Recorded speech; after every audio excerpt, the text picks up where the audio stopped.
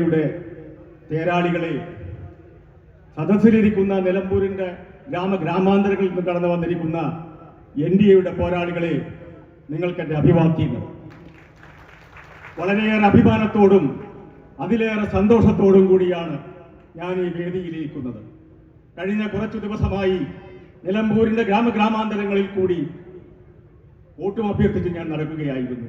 വളരെ അഭിമാനത്തോടുകൂടി പറയട്ടെ, നിലമ്പൂരിലെ ജനത ഒരു മാറ്റം ആഗ്രഹിക്കുന്നു. നിലമ്പൂരിലെ ജനത വികസനം ആഗ്രഹിക്കുന്നു.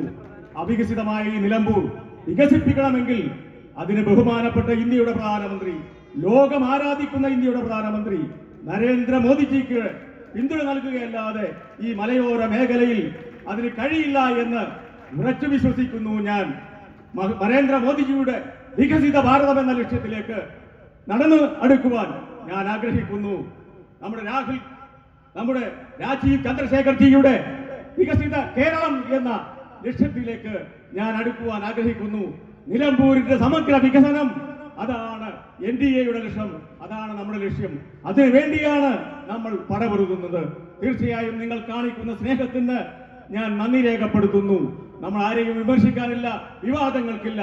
നമ്മുടെ ഒരേ ഒരു ലക്ഷ്യം നിലമ്പൂരിന്റെ സമഗ്ര വികസനമാണ്.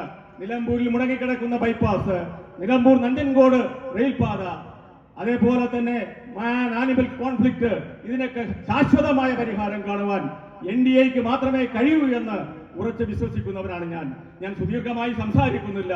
ഇതിനു മുമ്പ് സുദീർഘമായി സുന്ദരമായി ഇവിടെ NDA നേതാക്കന്മാർ ഈ തിരഞ്ഞെടുപ്പിന്റെ പ്രാധാന്യവും ഭാരതീയ ജനതാ പാർട്ടി ഉൾപ്പെടുന്ന NDA സഖ്യം പ്രഖ്യാപിച്ചിരിക്കുന്ന കാര്യങ്ങളും വിശദമായി സംസാരിച്ചു.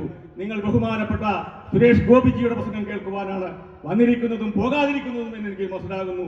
നിങ്ങളോട് എനിക്ക് അഭ്യർത്ഥിക്കുവാനുള്ളത്, എന്റെ തിരഞ്ഞെടുപ്പ് ചിഹ്നമായ താമരയുടെ അടയാളത്തിൽ, ഭാരതത്തിന്റെ അഭിമാന ചിഹ്നമായ താമരയുടെ അടയാളത്തിൽ നിങ്ങൾ എനിക്ക് വോട്ട് ചെയ്ത് എന്നെ വിജയിപ്പിക്കണമെന്ന് മാത്രം അഭ്യർത്ഥിച്ചുകൊണ്ട് നിങ്ങൾക്ക് എല്ലാവർക്കും അഭിവാദ്യങ്ങൾ നേർന്നുകൊണ്ട് ഞാൻ നിർത്തട്ടെ. ജയ് ഭാരത്.